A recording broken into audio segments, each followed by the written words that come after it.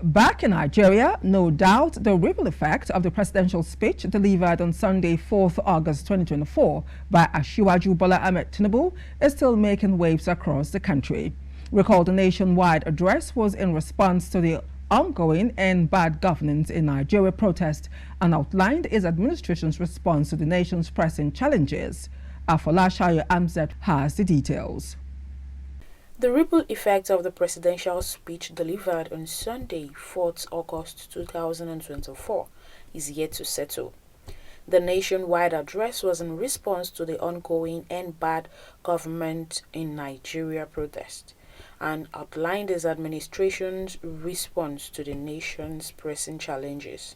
However, the president's address has been analyzed by a proficient analyst based on his perception of president's speech. That speech was jeered with a lot of controversies. Positive controversies. Some people came out to hate Mr. President for coming out to speak. Why some people gave that speech a knock.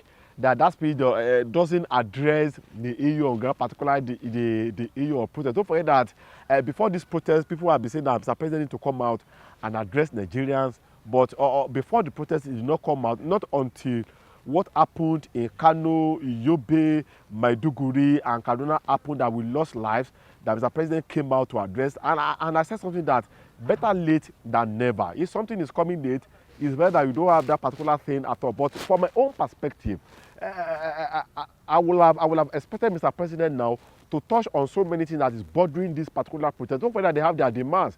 Part of their demands is that cutting the cost of governance, return the pump price to normal price, go away with the Senate to have House of Rep, as well and so forth. He further explained how the president's address only focused on his achievements rather than tackling the issues at hand.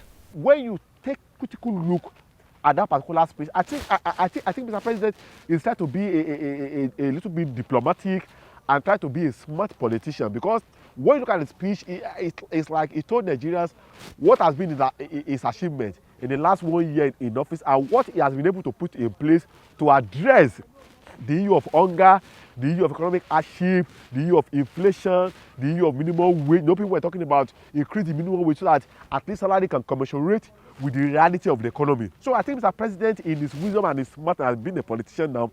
So it took time now to roll out his achievements, what he has done so far, and what his government is doing, and the project of this government now to address what Nigerians are passing through.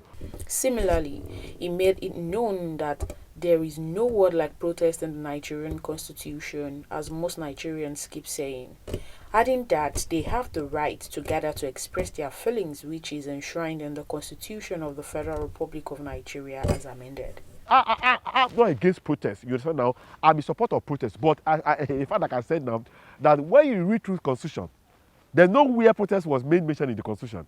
Go and read.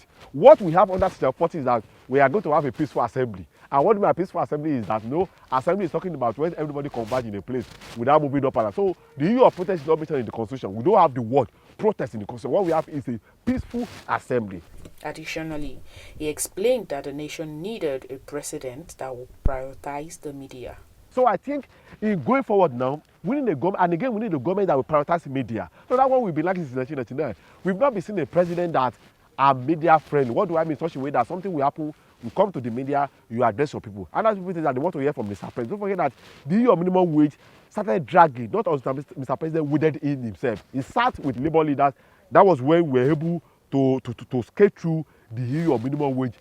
So there's no how Mr. President will address a nation that some people will not agree and some people will not disagree. But the bottom line of this is that we can re-strategize. People can go back up the street, re-strategize, wait for Mr. President, whether there will be more policy in place or not. But where we are now was as a result of fuel subsidy removal last year without any template of that to address it. Afolashayo Amzat reporting for KAFTAN TV News.